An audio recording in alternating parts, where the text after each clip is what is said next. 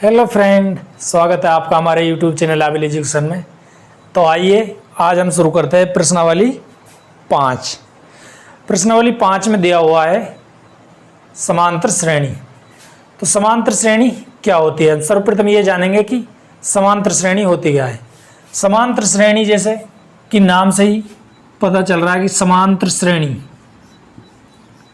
समांतर श्रेणी, समांतर का मतलब होता है समान अंतर, समान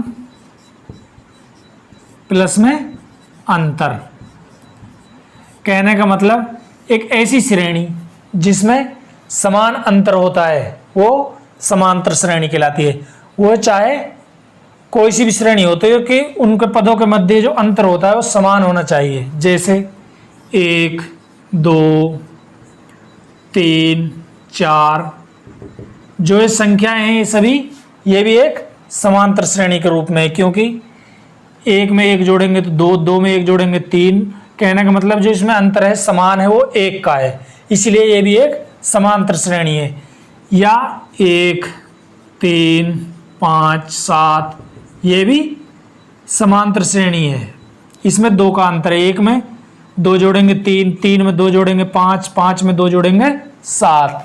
ये सभी समांतर श्रेणियां कहलाती हैं। कहने का मतलब वह श्रेणी जिसमें 2 संख्याओं के मध्य अंतर समान होता है वो सभी समांतर श्रेणियां कहलाती है। चाहे वो माइनस में हो, प्लस में हो, अंतर समान होना चाहिए और चिन्ह भी, अंतर का चिन्ह भी समान होना चाहिए। जैसे कि -5, -3, -1, +1, 3, 5 ये भी एक समांतर श्रेणी है। ये माइनस प्लस में भी हो सकती है, माइनस माइनस में भी हो सकती है और प्लस प्लस में भी हो सकती है। चाहे ये हो 2, 2, 2। कहने का मतलब ये भी एक समांतर श्रेणी है जहां पर सार्व अंतर 0 है, जो अंतर है वह 0 के बराबर है। कहने का मतलब जो समान अंतर होता है, जो अंतर वो 0 भी हो सकता है, 1, 2, 3 कुछ भी हो सकता है, और लेकिन वो समान होना चाहिए। वो श्रेणी कैसी कहलाती है? समांतर श्रेणी कहलाती है। अब हम देखते हैं कि जैसे ये श्रेणी है 1, 3, 5, 7, इसमें 2 का अंतर आ रहा है। 1 में 2 जोड़ेंगे तो 3, 3 में 2 जोड़ेंगे तो 5, 5 में 2 जोड़ेंगे 7। कहने का मतलब जो 2 का अंतर है ये कहलाता है सार्व अंतर, सार्व अंतर। इसे स्मॉल d से प्रदर्शित करते हैं। जो सार्व अंतर होता है उसको स्मॉल d से प्रदर्शित करते हैं। और जो श्रेणी का पहला पद होता है, श्रेणी का जो पहला पद होता है उसे प्रथम पद कहते हैं। उसे हम खाली a या a1 से प्रदर्शित करते हैं। श्रेणी के सभी पदों को इसी प्रकार प्रदर्शित करते हैं। a1, a2, a3,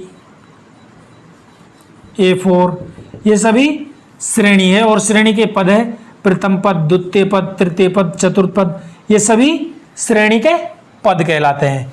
और इसको प्रथम पद को हम खाली a से भी प्रदर्शित करते हैं और a1 से भी प्रदर्शित कर सकते हैं। तो हम आते हैं कि कौन सी श्रेणियां हैं। पहली प्रश्नावली में दी हुई है कि कौन सी श्रेणियां हैं समांतर श्रेणी है, कौन सी श्रेणियां समांतर श्रेणी नहीं है। तो आइए देखते हैं।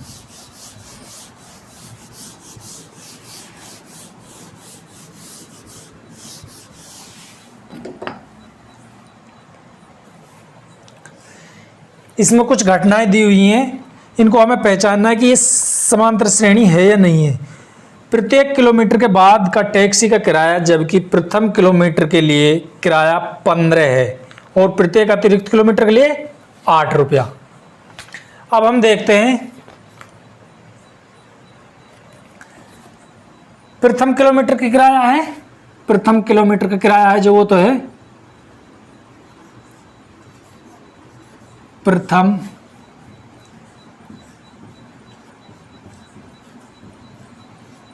किलोमीटर का जो किराया है बराबर 15 रुपये, और अतिरिक्त किलोमीटर, एक अतिरिक्त किलोमीटर आते आते आगे आगे प्रत्येक किलोमीटर का किराया बराबर कितना है? 8 रुपये। तो हम देखते हैं कि 1 किलोमीटर पर किराया कितना हुआ? 15 रुपये। 2 किलोमीटर पर किराया कितना हुआ? 15 और 8 23 रुपये। 4 किलोमीटर पर किराया कितना हुआ? 23 में 8 जोड़ देंगे, 31 रुपये। 5 किलोमीटर पर किराया कितना हुआ? 31 और 8 39। तो ये एक हमें श्रेणी के रूप में प्राप्त हो रही है कि 15 और 8 23 और 8 31, 8 39। तो कहने का मतलब जो इसमें सार अंतर है, सार अंतर d बराबर 8 है, और इसका प्रथम पद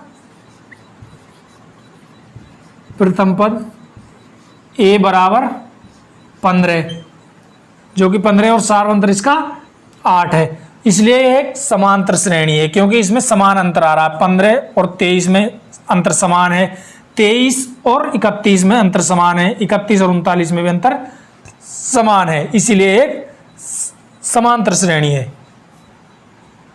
इसी प्रकार हम अन्य सवालों को हल कर लेंगे। बहुत ही साधारण सी प्रश्नावली है। इसमें कुछ और सवाल देखते हैं।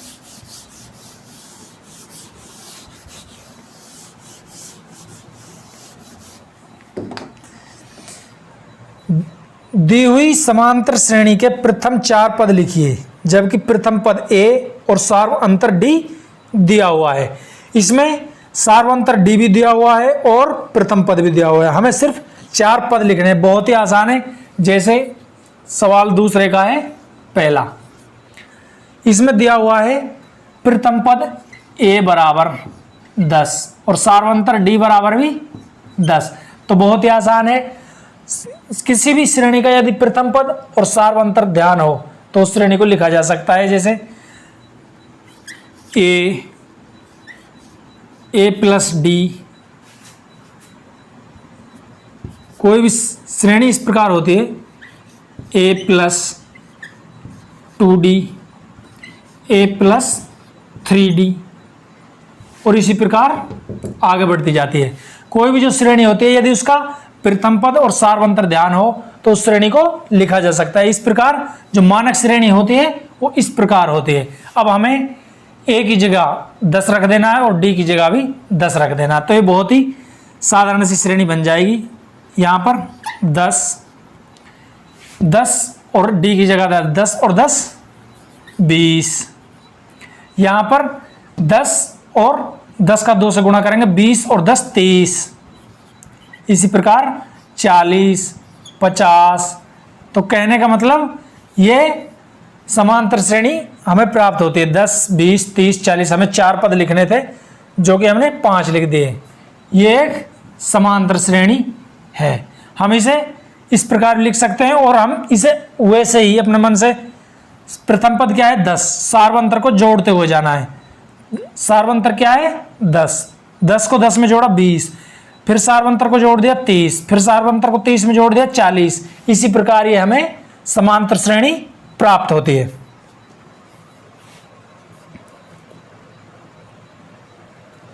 अब हमें कुछ श्रेणियां दी हुई हैं, उनका हमें प्रथम पद और सार्वअंतर लिखना है। हमें कोई श्रेणी दी हुई है 3 1 -1 और -3। ये कोई श्रेणी दी हुई है। हमें इसका क्या ज्ञात करना है? सार्व अंतर और प्रथम पद, इसका प्रथम पद और सार्वंतर ज्ञात करना है। तो हम देखते हैं कि इसका प्रथम पद तो 3 है, प्रथम पद बराबर 3। अब हमें इसका ज्ञात करना है सार्वंतर। सार्वंतर का क्या नियम है? सार्वंतर का नियम द्वितीय पद में से प्रथम पद को घटा देते हैं, द्वितीय पद में से प्रथम पद को घटा देते हैं तो बराबर सार्वंतर आ जाता है। तो इसका द्वितीय पद क्या है? 1। 1 में से हम 3 को घटाएंगे -3, तो कितने बचे? बराबर -2। तो d बराबर क्या आ गया? d बराबर -2। जो सार्वंतर है ये इसका है -2 और तो प्रथम पद है a बराबर 3। ये इसके हमें ज्ञात करने प्रथम पद और सार्वंतर। बहुत ही आसान सी प्रश्नावली है, इसको इसी आधार पर कर लेंगे। मैंने सभी प्रश्नों में से एक एक सवाल करा दिए हैं।